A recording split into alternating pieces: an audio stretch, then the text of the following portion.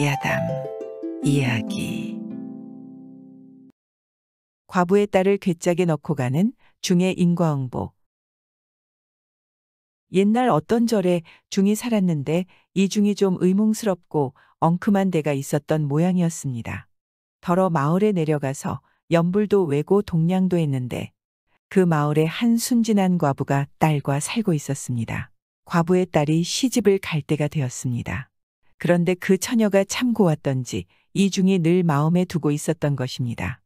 저 처녀한테 장가들었으면 원이 없겠다 라고 감히 생각을 했던 것입니다. 그런데 중에 몸으로 장가를 든다는 게 그 당시에는 말이 되지 않았던 것입니다. 그러니 꿀먹은 벙어리 격으로 중은 속만 태우고 있었습니다. 하루는 이중이 마을에 내려가서 동냥을 하는데 처녀 집 울밖에 이르니 울 안에서 처녀 어머니가 다른 아낙네와 이야기를 하고 있었습니다. 그래서 중은 가만히 귀를 대고 들어보니 처녀한테 좋은 혼처를 정해줬다고 말하는 거였습니다.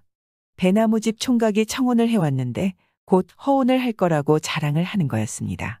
듣고 보니 중은 심술이 잔뜩 나서 문 앞에가 목탁을 두드리며 연부를 외는 채 하다가 집진 너스레를 떨면서 말했습니다. 어허, 일 났군 일 났어. 이 집에 애기 끼어도 아주 된통으로 끼었네 그려. 처녀 어머니가 그 말을 듣고 기겁을 하였는데 혼사를 앞둔 집에 애기 끼었다니 큰일이었던 것입니다. 아이고 스님, 그게 무슨 말씀이요? 우리 집에 무슨 애기 끼었다고 그러시오. 중은 이때다 싶어 일부러 말꼬리를 이리저리 비틀면서 말했습니다. 거참 부처님의 귀띔을 함부로 발설할 수도 없고 그렇다고 애군이 훤히 보이는데 말을 안 할 수도 없으니 나원참 쯧쯧 이렇게 능청을 떠니 처녀 어머니는 중에 바람을 잡고 바짝 매달리면서 사정을 했습니다. 스님, 그러지 마시고 무슨 일인지 제발 가르쳐 주시오. 중은 어차피 입 밖에 내놓은 거짓말이라 이참에 아예 겁이나 잔뜩 줄 요량으로 엄살을 떨면서 말했습니다.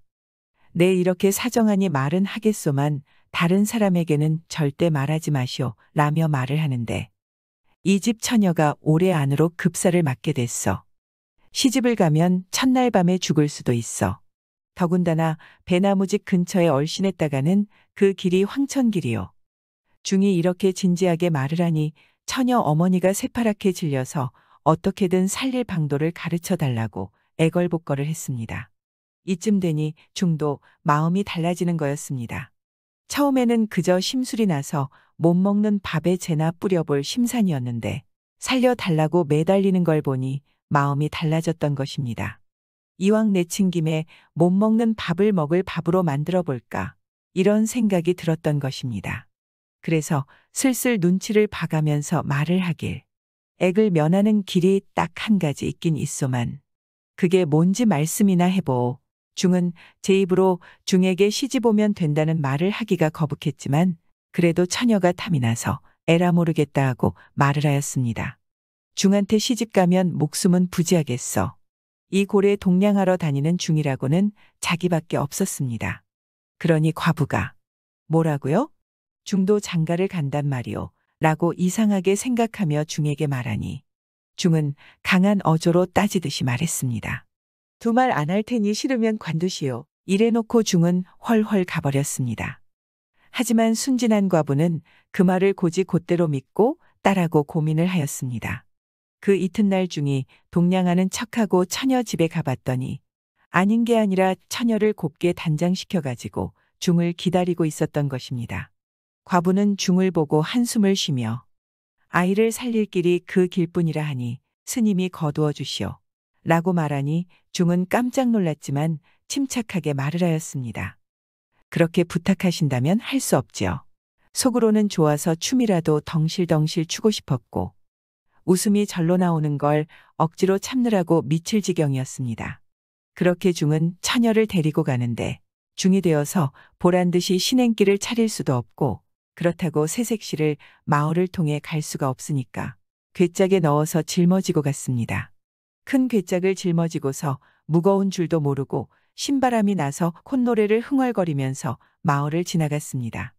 이렇게 흥이 나서 가고 있는데 난데없이 저 멀리서 물러거라 하는 벽제 소리가 요란하게 나기에 가만히 보니 그 고을 감사가 행차하는 거였습니다. 감사가 먼 산에 사냥을 갔다가 범하고 산돼지를 산채로 잡아가지고 오는 길이었습니다. 중은 갑자기 벽제 소리도 요란하게 감사가 행차를 하니 도둑이 제발 저린다고 이 중이 그만 놀라서 괴짝을 길가에 내려놓고 숲속에 가서 숨었습니다. 그 후 감사가 지나가는데 지나가는 길가에 보니 웬 괴짝이 버려져 있는 걸 보고 사령들을 시켜 괴짝을 열어보라고 했습니다. 괴짝을 열어보니 천만 뜻밖에도 웬 처녀가 들어있었던 것입니다. 그래서 감사는 의아해하면서 그 처녀에게 무슨 일로 괴짝에 들어갔느냐고 물으니 처녀가 울면서 자초지종을 다 이야기하는데 감사가 들어보니 참 어이가 없어서 그 몹쓸 중이 장가를 들 욕심으로 순진한 백성을 속인 게 틀림없군. 감사는 이 근처에 중이 숨어 있을 거라 생각하고 조용하게 사령들에게 말했습니다. 여봐라, 이 처녀를 보자기에 싸서 집에 데려다 주고 혹 그럴 일은 없겠지만 다음에 중이 오면 속지 말라고 일러라. 그리고 그 괴짝에는 산에서 잡은 범을 한 마리 넣어 두어라. 그런 못된 중은 혼이 좀 나봐야 하느니 사령들은 처녀 대신 범 한 마리를 괴짝에 넣어뒀습니다. 그러고 나서 감사 행차가 가버렸는데 그것도 모르는 중은 감사 행차가 사라지자 숲속에서 나와 괴짝을 짊어지고 갔습니다. 범괴짝을 색시괴짝인 줄 알고 연신 콧노래를 흥얼거리면서 가고 있는데 어째 아까보다 더 무거워졌다고 느껴서 고개를 갸웃갸웃하면서도 쉬지 않고 한달음에 절까지 갔습니다.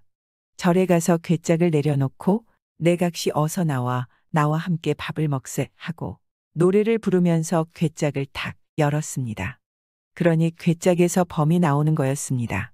범은 상당히 흥분한 상태로 바로 중에게 달려들어 목을 물었습니다.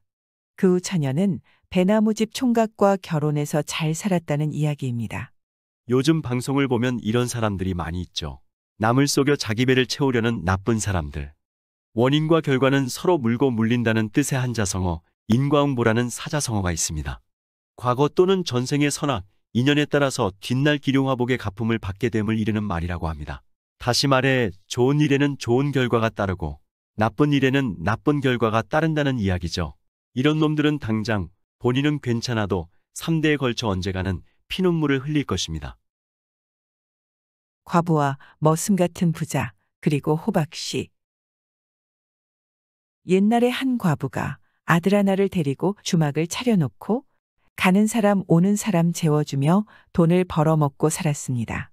그러다 보니 손님들이 돈이나 물건을 저녁에 맡겨두었다가 아침에 찾아가는 일이 많았는데 그 중에는 더러 건망증이 심한 사람이거나 작은 물건인 경우 맡긴 물건을 잊어버리고 그냥 가는 사람들이 은근히 있었습니다.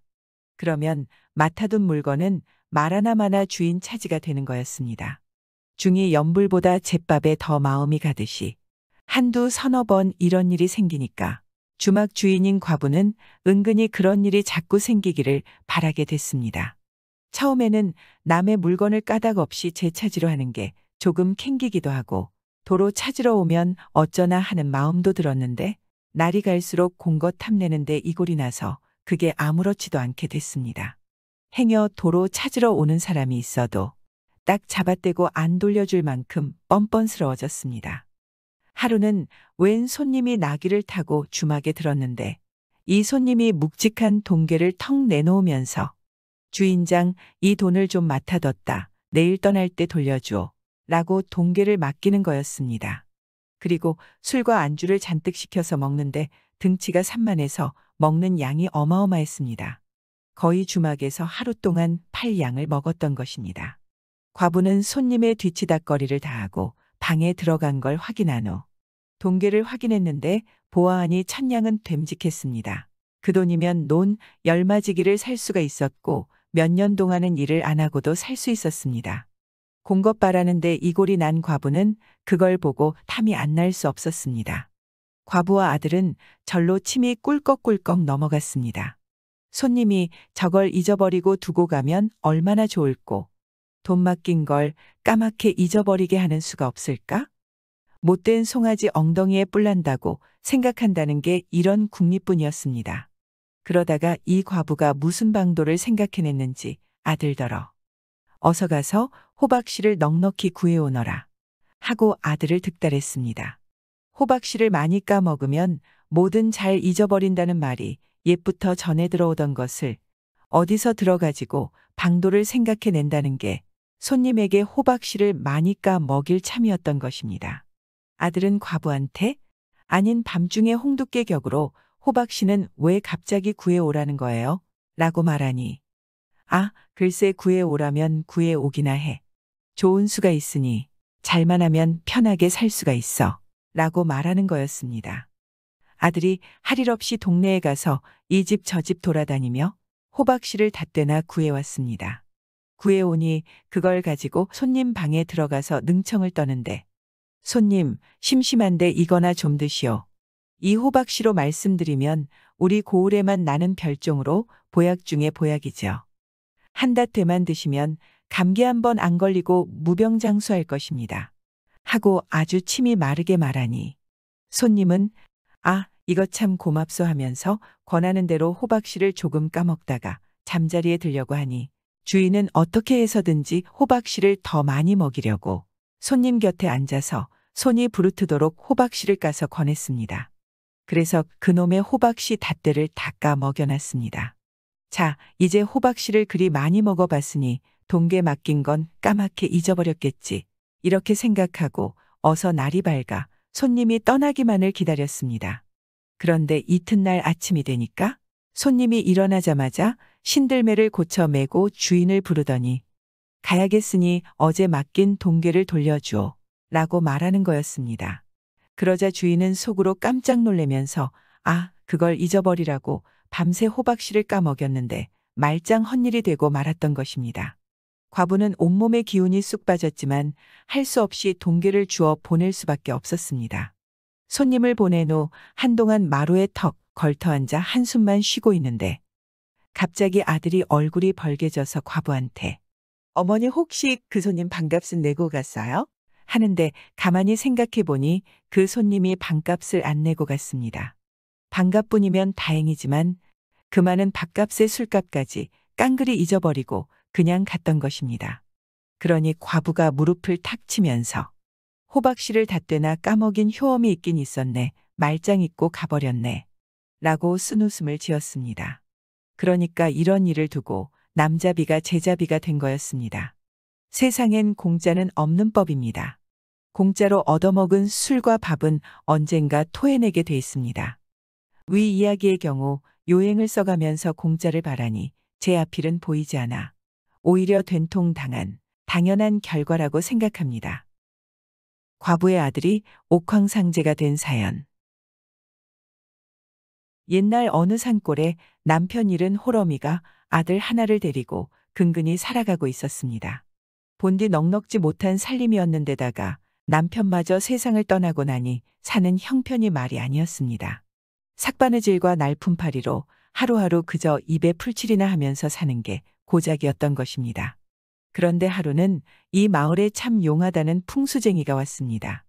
용해도 보통으로 용한 게 아니라 명풍수 중에 명풍수라고 온 나라의 이름이 떠들썩한 사람이 왔던 것입니다.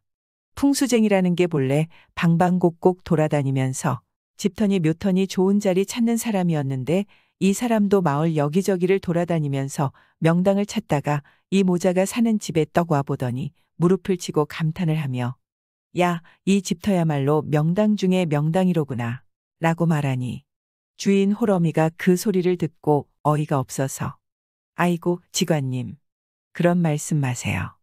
이 집터가 명당 중에 명당이라면 왜 우리 모자가 이렇게 박복하게 살까요?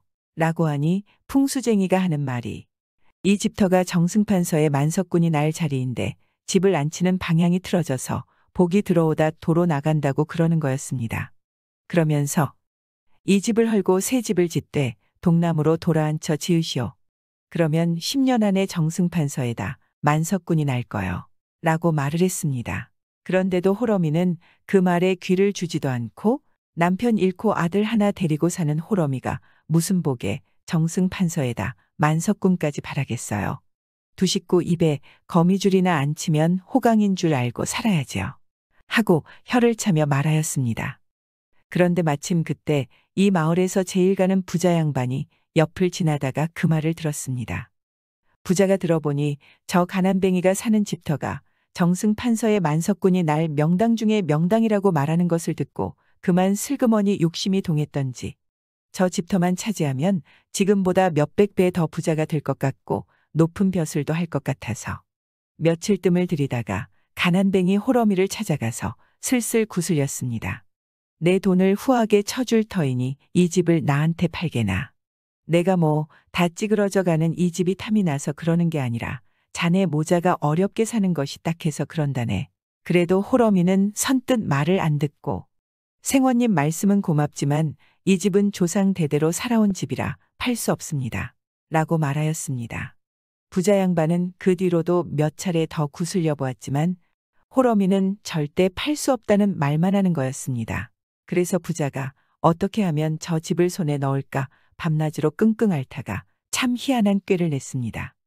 무슨 꾀를 냈는고 하니 캄캄한 밤중에 호러미네 집 감나무에 올라가서 산신령 흉내를 내기로 했습니다.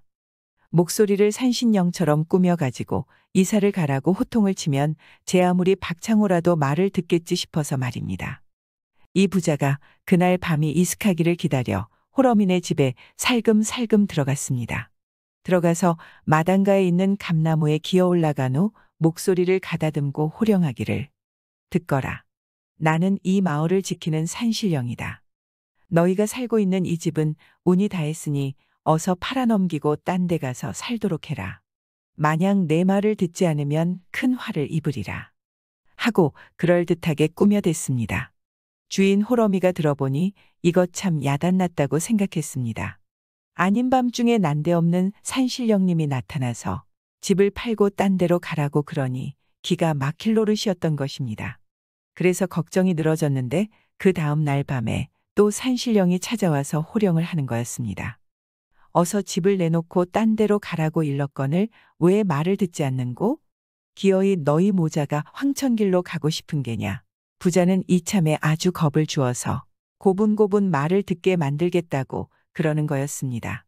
그걸 모르는 호러미는 감나무 밑에 가서 정화수를 떠다 놓고 엎드려 빌면서 영험하신 산신령님, 제발 비오니 우리 모자를 불쌍히 여기시어 명을 거두어 주옵소서. 조상 대대로 살아온 이 집을 떠나면 우리 불쌍한 모자가 어디 가서 살겠습니까?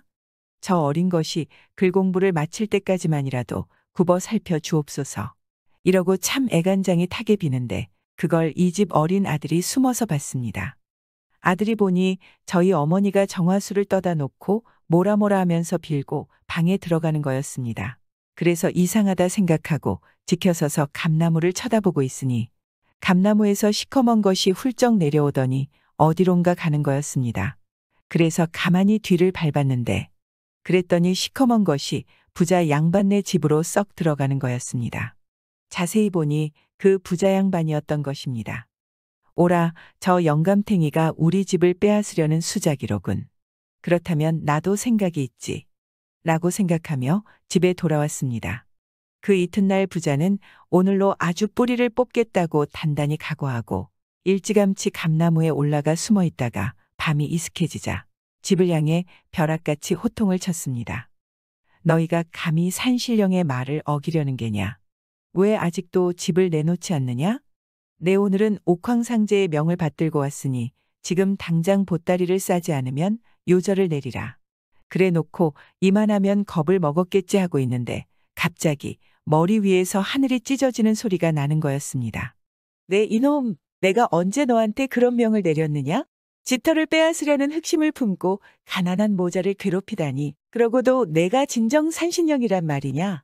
내 하늘에서 모래비를 뿌려 너의 죄를 다스리리라. 라고 말을 하니 부자 양반은 하도 갑자기 당한 일이라 정신을 못 차리고 있는데 아닌 게 아니라 머리 위에서 우두둑 쏴하고 모래비가 쏟아지는 거였습니다. 그러니 부자는 혼이 다 빠져나갔습니다. 아이쿠 옥황상제님 잘못했습니다. 다시는 그러지 않겠습니다. 라고 비니 아들은 이왕 이렇게 된 거 잘됐다 생각하고 또 한마디를 하였습니다. 너의 죄를 생각하면 3대를 멸해도 모자를 판이지만 내 너의 간절함에 한 번은 용서해 주겠다. 대신 이 집을 헐고 새 집을 짓되 동남으로 돌아앉혀 지어주어라. 그러지 않으면 3대를 멸할 것이야. 라고 호통을 치니 부자 양반은 분부대로 하겠다고 빌고 머리를 감싸 쥔 채 나무에서 뛰어내려 걸음아 날 살려라고 도망을 갔습니다. 그러니까 이 집 아들이 부자보다 먼저 감나무 꼭대기에 올라가 숨어 있다가 부자가 옥황상제가 어떻고 하자마자 호통을 치고 모래를 한 줌 뿌려서 혼을 빼놓은 거였던 것입니다. 그 후 부자 양반은 아들 말대로 이 집을 동남으로 돌아앉혀 새 집으로 지어줬습니다. 이 집 모자는 오히려 새 집에서 잘 살았는데 집을 동남으로 돌아앉아서 그런지 풍수쟁이 말대로 10년 뒤에는 참말로 아들이 과거에 급제를 해서 나중에는 벼슬이 정승판서에까지 오르고 만석군 부자가 됐다는 이야기입니다. 사람의 욕심이 끝이 없나 봅니다. 평생 살 수 있는 재력이 있는데도 그 가난한 모자의 복까지 뺏으려는 거 보면 참 한심하기만 합니다. 지금 우리는 어떤가요? 부익부 빈익빈 빈부의 격차가 심해지고 있죠. 부자는 더욱더 부자가 되고 가난한 사람은 계속 가난에서 벗어나질 못하고 있죠. 앞으로 더 심해진다고 하니 씁쓸합니다. 닭장수 때문에 봉이 된 김선달. 봉이 김선달을 모르는 사람은 없겠지요. 어느 날 이 김선달이 서울 구경을 하러 갔습니다. 종로에 나가보니 궁인들이 나와서 길에다 황토를 깐다 자빈을 물린다 야단법석이었습니다. 곧 임금 행차가 있을 모양이었던 것입니다. 구경거리가 생겼으니 마침 잘 되었다 하고 행차가 이를 동안 장마당 구경을 했습니다. 장터를 다니다 보니 마침 닭장수가 닭을 사고 팔고 있는데 한참 보자니까 이게 아주 능구렁이었던 것입니다. 시골에서 닭 팔러 올라온 사람을 어찌어찌 으르고 구슬려서 터무니없이 싼 값에 닭을 사서는 이걸 또 터무니없이 비싼 값에 팔고 있었던 것입니다. 시골 사람이라고 함부로 깔보고 등쳐 먹는 것을 보니 슬그머니 부하가 끓어올랐습니다. 김선달이 그걸 보고 버릇 좀 고쳐줘야 되겠다 생각하고 닭장수 앞에 가서 한참 동안 쭈그리고 앉아 멀뚱멀뚱 닭 구경을 하다가 여보, 주인장, 저건 무슨 새요? 하고 벼슬이 시뻘건 수탉을 가리키며 물었는데 닭장수가 그 꼴을 보니 어이가 없었습니다. 아무리 어수룩한 시골뜨기라 해도 어찌 닭을 모른단 말인가. 김선달은 한술 더 떠서 저게 혹시 이름만 듣던 봉이 아닌가요? 하고 물으니 닭장수는 이런 멍청한 바보가 있나 싶어서 그래, 그게 바로 봉일세. 잘 알아보는군. 자네 보는 눈이 있어. 이렇게 닭장수가 말을 하니 김선달은 짐짓 고개를 주걱거리면서 군침을 꿀꺽 삼키며 값은 얼마나 가요? 아무래도 비쌀 테지. 이쯤 되니 닭장수도 슬그머니 욕심이 생겨서 저 촌뜨기를 속여서 횡재나 해볼까 하는 생각이 들었습니다. 20냥일세 사겠나? 라고 은근 기대하며 말하였습니다. 아무리 큰 닭이라야 성냥이면 너끈히 사고도 남을 것을 닭장수가 아주 바가지를 씌우기로 작정을 했던 것입니다. 김선달은 비싸다 말도 없이 선뜻 엽전 20냥을 내고 수탉을 사더니 임금 행차를 구경하려고 어슬렁어슬렁 큰 길로 나갔습니다. 이에 닭장수는 횡재했다고 좋아서 어쩔 줄 몰라 했습니다. 그때 임금 행차가 오는지 저 멀리서 물럭거라 소리가 요란하게 났습니다. 그런데 그때 김선달이 무슨 생각을 했는지 수탉을 안고 얼른 길 한가운데로 나아가 넙죽 엎드리는 거였습니다. 벽제 소리가 나면 길 가던 사람도 몸을 피하는 법인데 도리어 길 가운데로 나가 행차를 가로막으니 그게 보통 일이 아니었던 것입니다. 나졸들이 달려들어 밀고 당기고 하는 통에 행차가 잠깐 멎었던 것입니다. 임금이 무슨 일인가 모르니 여차여차하다고 해서 이윽고 김선달이 임금 앞에 불려갔습니다. 너는 어떤 백성인데 내가 가는 길에서 야료를 하는고? 예. 쏘이는 평양 사는 김가온데 서울 구경을 왔다가 봉을 한 마리 얻었습니다요. 이 귀한 것을 어찌 소인 같은 백성이 가지겠습니까? 마침 상감 행차가 있다기에 바치려고 가져왔습니다. 하고 김선달이 수탉을 들어 올리며 말하였는데 임금이 내려다보니 영락없는 수탉이었던 것입니다. 임금이 말하길 그래 그것이 봉이란 말이냐. 이때다 싶은 김선달은 확신의 참 목소리로 예, 이걸 판 사람이 틀림없이 그렇게 말했습니다요. 임금은 어리둥절했지만 대충 사정을 알아차리고 사령들을 불러 엄명을 내렸습니다. 너희들은 지체 말고 이 백성과 함께 저자에 가서 닭을 봉이라 속여 판 장사치를 잡아오너라. 라고 임금이 명하니 사령들이 김선달을 앞세우고 닭전으로 가서 닭장수를 잡아왔습니다. 내가 이 백성에게 봉을 팔았느냐? 닭장수는 일이 어떻게 되었는지 금세 알아차렸는지라 넙죽 엎드려 손이 발이 되도록 빌 수밖에 없었습니다. 예, 그저 죽을 죄를 졌습니다. 저 사람이 닭을 보고 봉이 아니냐 하기에 농으로 봉이라 하였더니 저 사람이 사겠다 하기에 20냥에 팔았습니다. 돈을 도로 돌려줄 테니 부디 용서해 주십시오. 듣고 있던 김선달이 펄쩍 뛰면서 거짓말이 옳시다. 봉을 어떻게 20냥에 사겠습니까? 소인은 200냥을 주고 샀습니다. 닭장수는 20냥에 팔았다 하고 김선달은 200냥을 주고 샀다 하고 둘이서 옥신각신하니 임금이 생각해도 봉을 20냥에 샀다는 게 말이 안 되는 거였습니다.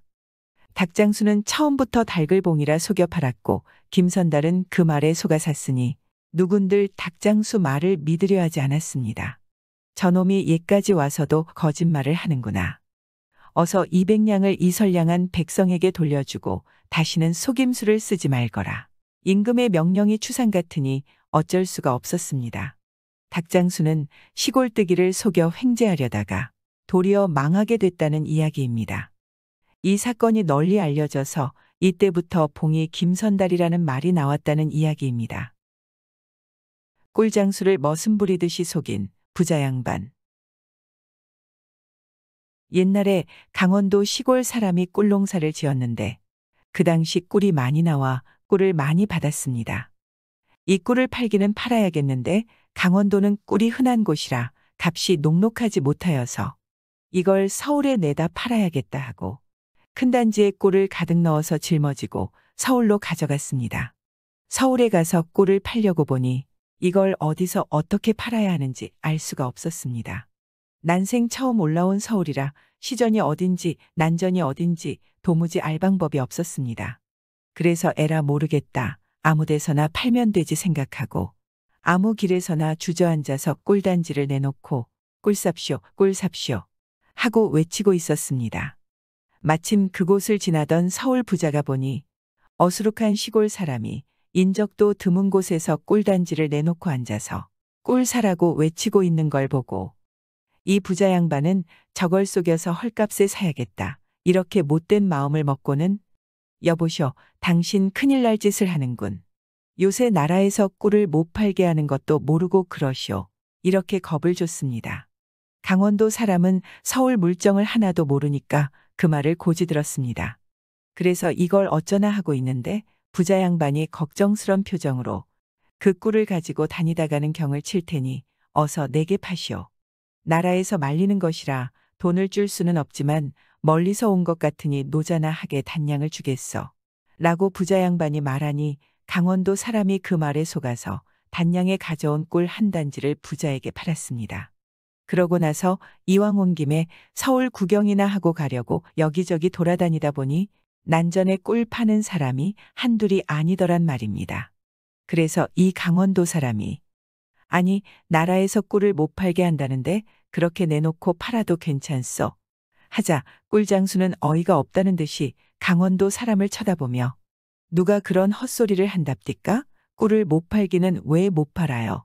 요새는 꿀값이 좋아서 한 단지에 50냥은 너끈히 받는 걸. 라고 꿀장수가 말하니 그제야 강원도 사람이 부자 양반에게 속은 걸 알았습니다. 어찌나 분한지 내 기어코 안갚음을 해야겠다 작정을 하고 다음 날 어제 꿀 팔던 자리에 가서 앉아 있었습니다. 한참 있으니 그 서울 부자가 어슬렁어슬렁 나타났습니다. 그러자 강원도 사람이 아이고 서울 부자님, 어제는 하도 고마워서 공가품이나 하려고 기다리고 있었습니다. 서울 부자는 제가 속여 먹은 사람을 또 만나서 뜨끔하던 차에 공가품을 한다는 말을 듣고 귀가 솔깃해졌습니다. 아, 그까짓 걸 가지고 뭘 그러시오. 그나저나 무슨 일이오. 실은 우리 집에 꿀보다도 더 좋은 것이 있답니다. 꿀강아지라고 하는 것인데 밑구멍에서 꿀이 밑도 끝도 없이 나오죠. 그 꿀을 대접하고 싶은데 갔다 오려니 너무 멀어서 한번 오시라는 말씀드리려고 이렇게 기다리고 있었습니다. 라고 말하니 부자 양반은 고개를 갸우뚱거리면서 의심스러웠지만 직접 볼 수 있다고 생각하니 그냥 놀러 갔다 온다는 생각으로 하, 그런 신기한 강아지도 있나. 네, 한번 가리다. 라고 말했습니다. 그래서 강원도 사람은 제가 사는 곳을 자세히 일러주고 그 길로 집에 왔습니다. 집에 와서 그날부터 강아지에게 꿀만 먹였습니다. 다른 것은 안 먹이고 밤낮 꿀만 먹였단 말입니다. 그렇게 한 열흘 동안 꿀을 먹였더니 강아지가 똥을 싸는데 꿀똥을 싸는 거였습니다. 똥 색깔이 꿀처럼 투명한 꿀 색깔이었던 것입니다. 며칠 있으니 서울 부자가 이 사람을 찾아왔습니다. 강원도 사람은 꿀똥 싸는 강아지를 내놓고 밑구멍으로 나오는 꿀을 대접하려는데 그래도 똥은 똥인지라 진짜 꿀을 바꿔치기해서 대접을 하니 서울 부자가 보니 참 신기하고 탐이 났던 것입니다. 이것 한 마리만 있으면 꿀이 한도 끝도 없이 나올 터이니 그걸 팔아서 금세 큰 돈을 벌 것 같다고 생각한 것입니다. 그래서 그 강아지를 저한테 팔라고 사정사정을 했습니다. 그러니 강원도 사람이 펄쩍 뛰면서 아이고, 그런 말씀 마십시오. 이 강아지 덕에 우리 식구가 사시사철 꿀을 받아먹고 남는 꿀은 팔아서 목구멍에 풀칠하고 사는데 이거 팔아버리면 당장 빌어먹게요. 라고 말해도 그럴수록 서울 부자는 안달이 나서 자꾸 값을 올려 부르는데 그렇게 값을 올려 부르다가 500낭을 부르니까 강원도 사람이 못 이기는 체하고 강아지를 팔았습니다. 서울 부자가 가고 난 다음에 강원도 사람은 제 부인더러 그 사람이 속은 걸 알면 반드시 다시 올 것이니 그 사람이 오면 당신은 머리를 풀고 곡을 하는 신용만 하시오. 왜 그러느냐고 물으면 내가 죽었다고 하고 만일 그 사람이 무덤을 찾으면 뒷산에 파놓은 무덤으로 데리고 오시오라고 부인에게 말했습니다. 과연 얼마 안 있어 서울 부자가 다시 찾아왔습니다. 꿀강아지라고 사가지고 간 것이 밤낮 구린 똥만 싸니까 속은 걸 알고 왔던 것입니다. 그쯤 되면 제가 미리 남을 속여 먹은 걸 뉘우치면 좋으련만 이 부자는 제 잘못은 있고 속은 것만 분해서 눈에 쌍심지를 켜고 달려왔습니다. 와보니 찾는 사람은 안 보이고 부인만 머리를 풀고 애고애고 울고 있는 것입니다. 연유를 물으니 남편이 죽었다고 그런단 말입니다. 그런데 부자 양반은 못 믿어왔는지 그럼 무덤에라도 가보자고 뒷산에 올라가니 과연 새 무덤이 있었습니다. 서울 부자가 무덤 위에 앉아서 똥강아지를 꿀강아지라고 나를 속이더니 기어이 그 죄값을 받고 죽었구나 라고 말하니 미리 무덤 속에 들어가 있던 강원도 사람이 꼬챙이로 서울 부자의 엉덩이를 쿡쿡 쑤시면서 어수룩한 시골 사람 겁을 줘서 쉰 양어치 꿀을 단양에 사간 내 놈은 왜 안 죽고 살아있느냐? 라고 소리를 치니 서울 부자는 귀신이 내는 소리인 줄 알고 그만 기겁을 하고 내뺐습니다. 그 이후로 부자 양반은 다시는 찾아오지 않았고 강원도 사람은 부자 양반에게 받은 500냥으로 땅을 사서 농사짓고 잘 살았답니다. 역시 있는 놈이 더한다는 말이 있는데 그래도 이번 이야기는 바로 앞에 욕심 때문에 눈이 멀어 오히려 벌을 받는 부자 양반 이야기로 남을 속여 사기친 놈을 응징하는 거라 좀 후련합니다. 여러분은 바로 앞에 욕심으로 눈이 멀어지는 일이 없었으면 좋겠습니다. 구독과 좋아요, 알람 설정은 사랑입니다.